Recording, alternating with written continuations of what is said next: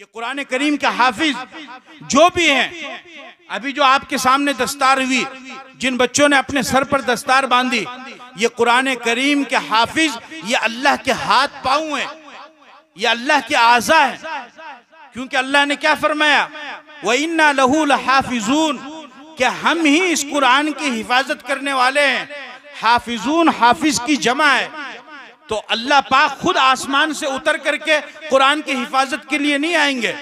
चूंकि ये दुनिया है तो यहाँ पर असबाब को इख्तियार करना पड़ेगा।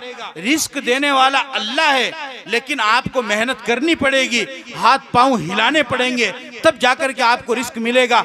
औलाद देने वाला अल्लाह है, लेकिन उसके लिए आपको सबब इख्तियार करना पड़ेगा, और वो सबब है शादी करना, निकाह करना, उससे अल्लाह आपको औलाद देगा। तो अल्लाह तो हर चीज पर कादिर है, बगैर सबब के भी अल्लाह कर सकता है। लेकिन चूंकि दुनिया को अल्लाह ने दारुल असबाब बनाया है, तो अल्लाह यहाँ पर सबब को पैदा करता है। इसी तरीके से बेशक कुरान करीम की हिफाजत की जिम्मेदारी अल्लाह ने ली है, लेकिन अल्लाह खुद आसमान से उतर करके नहीं आएगा, बल्कि इन लोगों के जरिए से कुरान करीम की हिफाजत करवाएगा।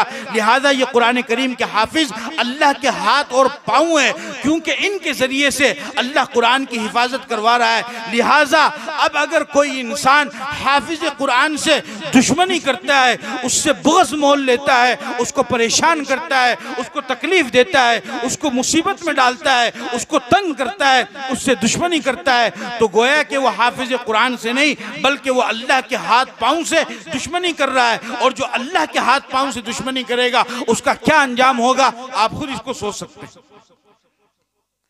असल हाफिज तो अल्लाह है। अच्छा, अल्लाह का निजाम देखो, अल्लाह का फजल देखो, अल्लाह का करम देखो, कि जो लक़ब अल्लाह ने अपने लिए रखा, वो लक़ब अल्लाह ने अपने फजल करम से इनको भी दे दिया।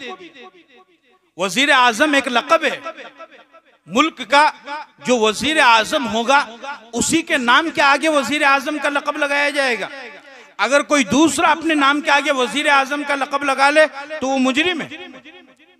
इसी तरीके से सदर जमहूरिया एक मकाम है, उसका एक लक़ब है। जो मुल्क का सदर जमहूरिया होगा, उसी के नाम के आगे सदर जमहूरिया लगाया जाएगा। लेकिन अगर आप अपने नाम के आगे सदर जमहूरिया लगा ले तो आप मुजरिम, ऐसा ही है। अब देखिए, आप तीन सिफात अल्लाह की है। कुरान का ताली कौन है? अल्लाह है। कुरान की तिलावत करने वाला कौन है?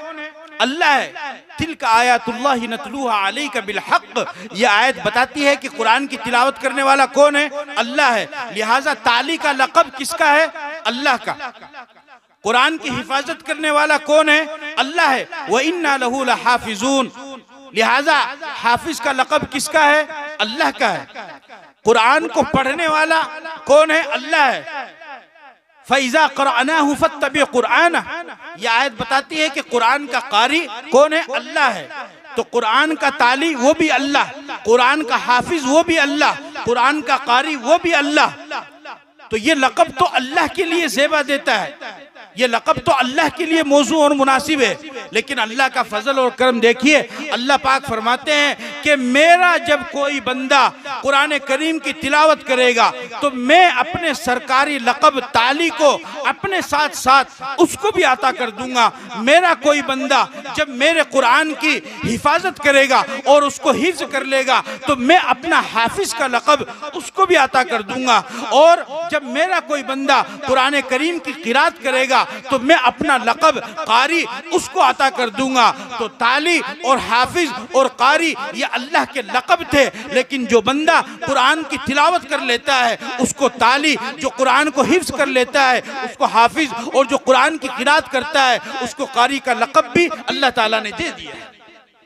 कितनी खुशकिस्मती की बात है कि सरकारी अलक़ाब अल्लाह ताला ने अता फरमाए, सरकारी अलक़ाब अल्लाह ने अता फरमाई है।